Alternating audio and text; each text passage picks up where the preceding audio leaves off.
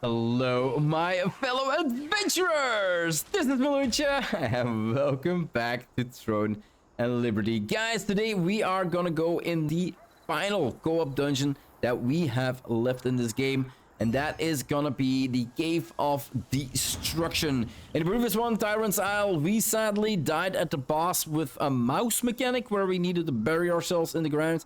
But like I said at the video, guys, I could have gone out, I could have gone back in and told you like, oh, let's go in for a first run through and see what happens, and then actually did the mechanic correctly, and I don't mind showing you my fails. I fail as well. Sadly, the perspective of the boss battle was a little bit off, I do have to say. So today we are gonna try to do better, guys, in the last of the co-op dungeons that we actually have. Cave of Destruction. It does look a lot like Cave of Desperation, right?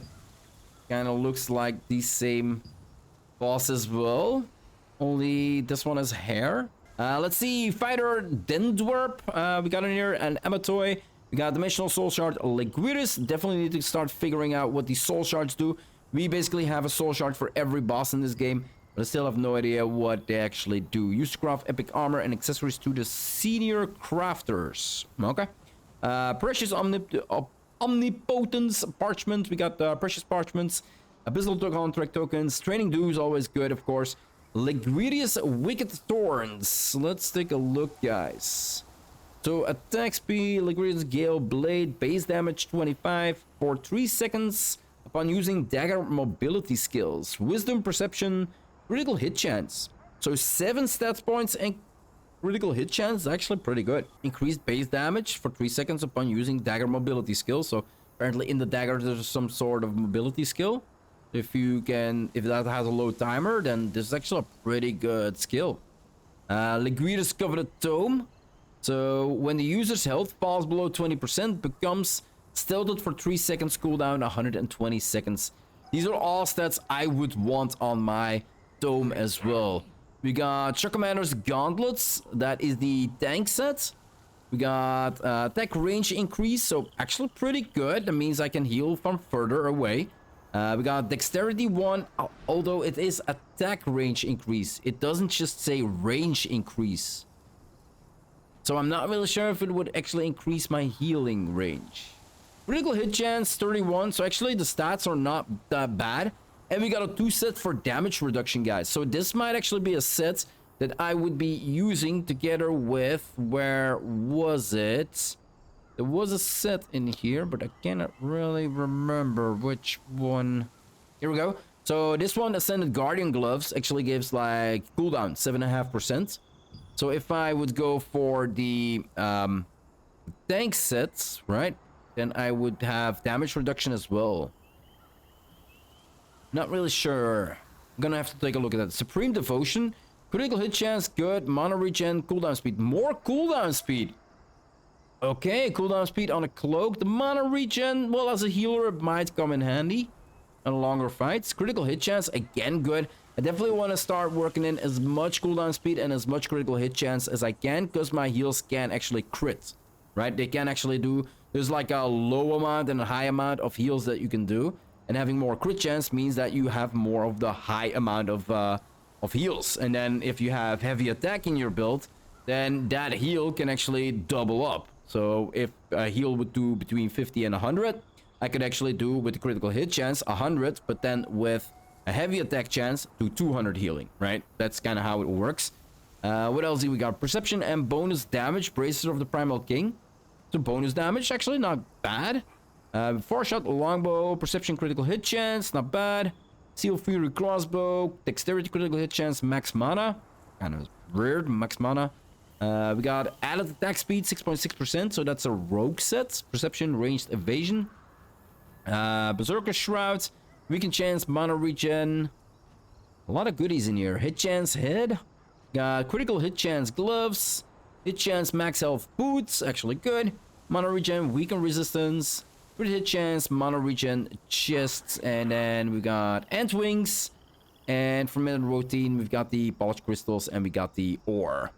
Okay, without further ado, I've been talking a long time because there's actually, well, my tome is in here. Then I think like the best cloak for me is in here.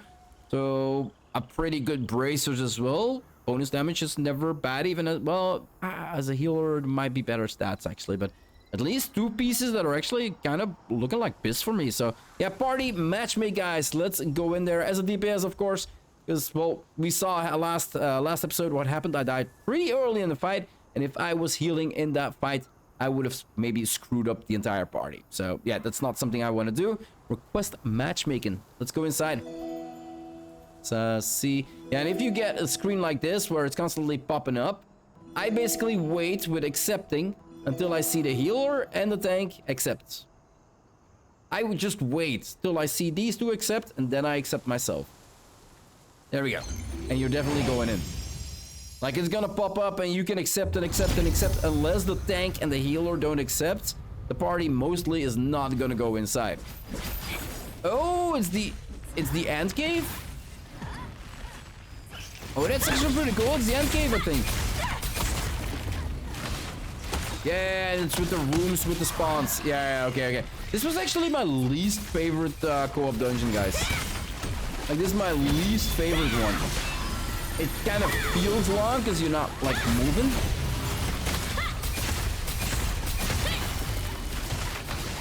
So there's nothing really a lot to... Whoa, explodies. There's not a lot to see.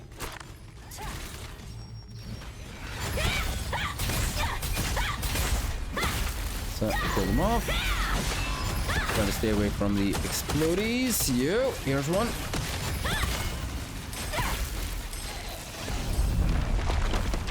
There we go. And first wall going down. Who's the tank? Not sure. Don't see sword and shield though. Or might be missing it. We got ranged.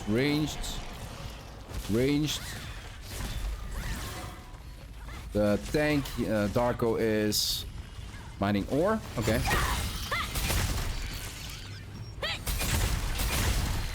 Yep. One more, and then the rest spawns as well. Let's take a little bit more hits. One more. Oh, and soldier. Princess Ant emerges from the underworlds. Go nuts. Give everybody a big boost. Charge your blood attack. 1.6. That is just sad, guys. 1.6 is so low. Debuffs up. Yep. I think even for a range for damage builds, I kind of would want as much cooldown as possible. Here we go. Nice. Got a trade extraction stone from that. That means we can go back and then I think, yeah, 1F. We clear this hall out and then the other hall becomes available.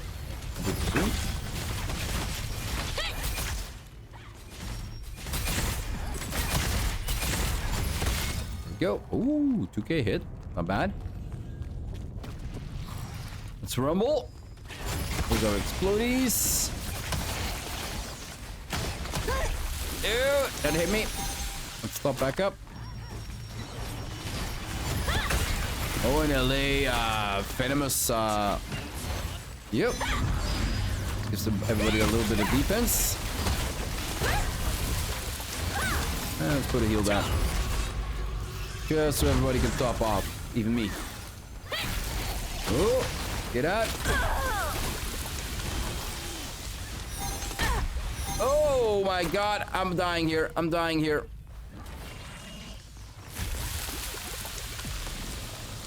What's happening? What's happening?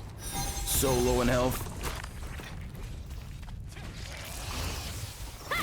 Okay, we need to kill the insects that are linked. But what's the healer doing? Because I'm taking a lot of damage now, right now. Thank you. Go like this. Get out of there, get out of there. Why is it always on me? Like, that's a 6 bug that actually explodes on me. Yo, I saw that dude right next to me. Okay, let's go. No, don't stand in front of it. That's just stupid.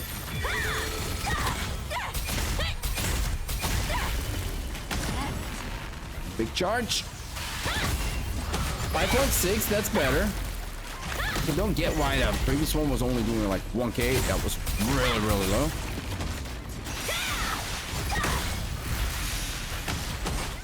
Yep. Last big hit. 4 dice. Oh, couldn't do it. Dead before I get hit him. 2 more stones. I'll take it.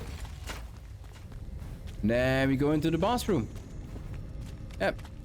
Maybe it looked like a long one because the group wasn't as good when I went in there. Oh right, it's with the eggs on top and then okay. Walkin? Wait, what? What did she say? All right, she flies. And she's got a scythe, guys. Look at that weapon. She's got a scythe. That is incredible. Boost up.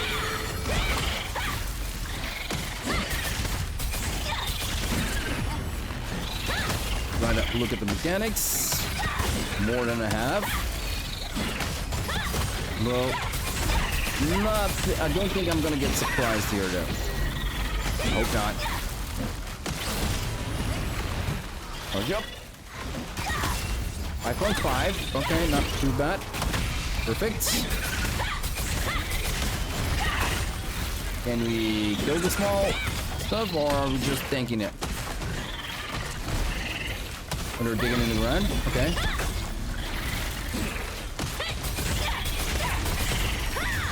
Okay. Good damage boost. Good charge. So wondering if I need to do something or stand somewhere.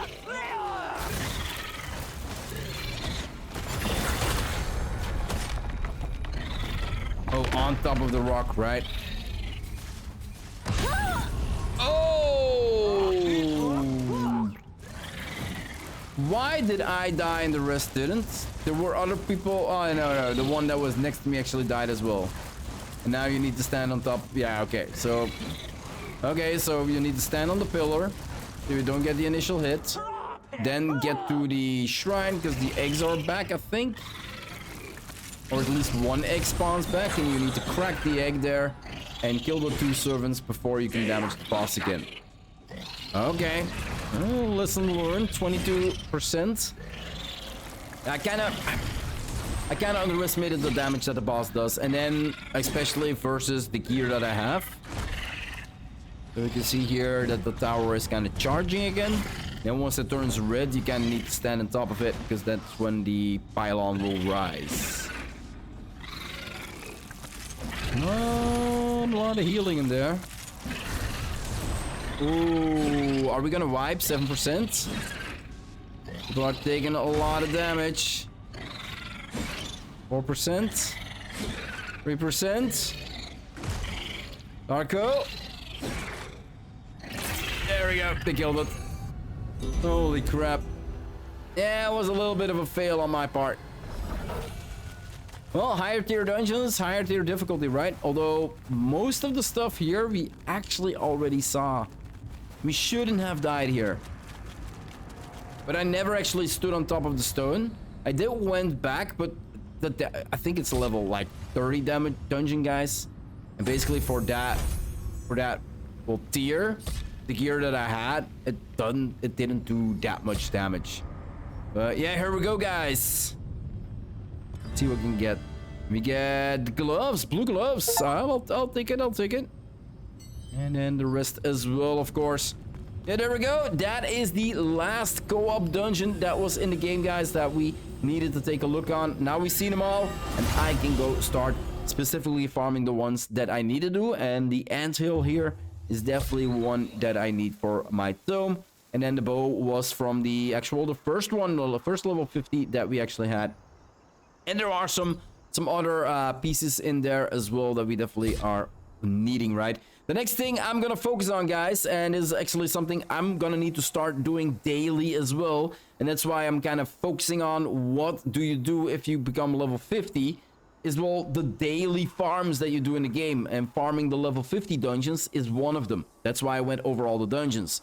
The next thing I'm gonna go over is all of the world bosses, guys. Now, there are world bosses that have PvP, well, that are basically PvP restricted, or basically there is PvP at those fights. I'm not sure if the bosses turn like friendly one day and then maybe hostile the other day, where the area itself is a PvP zone. Because I'd rather look at the world bosses in a more friendly nature, I guess you could say, instead of having to worry like, oh crap, I'm gonna die here and I cannot even show you the world boss because I constantly die from PvP, right? But yeah, that's for me something to figure out if that is actually possible. But I know there is friendly zones, PvP world friendly zones, world bosses out there, PvE only. So definitely those are gonna be the first we're gonna look into next. Well, basically, like I said, what do you do at level 50? Well, we're gonna go through all of them. So if you want to see more of my Let's Play here in Throne of Liberty, my quest progression of Throne of Liberty here on my channel, or any other game that I might be playing now or in the future, just hit that subscribe button, guys. It would always help out a lot. I do hope you enjoyed this episode, and I'll see you in the next one. Bye-bye.